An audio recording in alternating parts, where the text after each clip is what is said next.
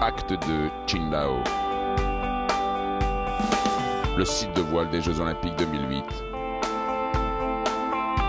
Idéal pour la réputation des Extreme Sailing Series.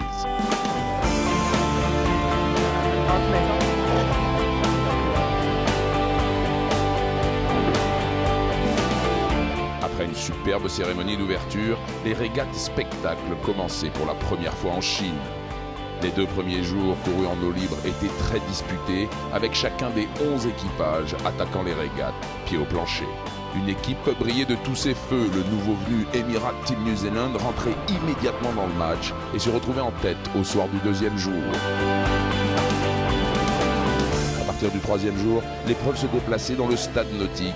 Un vent fort et irrégulier mettait au tapis une partie de la flotte. 4 chavirages, une collision et un mât fracassé. Un jour historique à inscrire dans le livre des records. And the helm there, oh no, he's gonna fall! Oh no, bang! The bows are in, oh, they're over. This is right on the edge. Le vent fort était remplacé par une brise légère et tournoyante pour le 4e jour. Un nouveau leader émergeait grâce à ce changement de rythme. Le champion sortant, Paul Campbell James et sa nouvelle équipe italienne de Luna Rossa étaient de retour à la première place. En tête peut-être, mais de justesse. Au matin du dernier jour, 5 bateaux étaient encore en lice pour le titre suprême.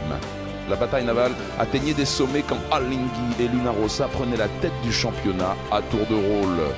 En remportant 2 régates coup sur coup, Emirat Team New Zealand se propulsait en tête à 3 manches de la fin. Au départ du dernier parcours et après 28 régates courues, 4 bateaux pouvaient encore gagner. Luna Rossa arrachait le 2e acte des Extreme Sailing Series pour 4 petits points. Yeah, couldn't be happier, absolutely stoked. Emirat Team New Zealand, second du classement général, obtient son meilleur résultat de la saison ici à Qingdao. All in all, we're very satisfied. Tandis qu'en remportant la dernière manche, Groupe Edmond de Rothschild monte sur la 3e marche du podium, mais surtout conserve la tête du classement général. La ville d'Istanbul en Turquie accueillera le 3e acte des Extreme Sailing Series au mois de mai.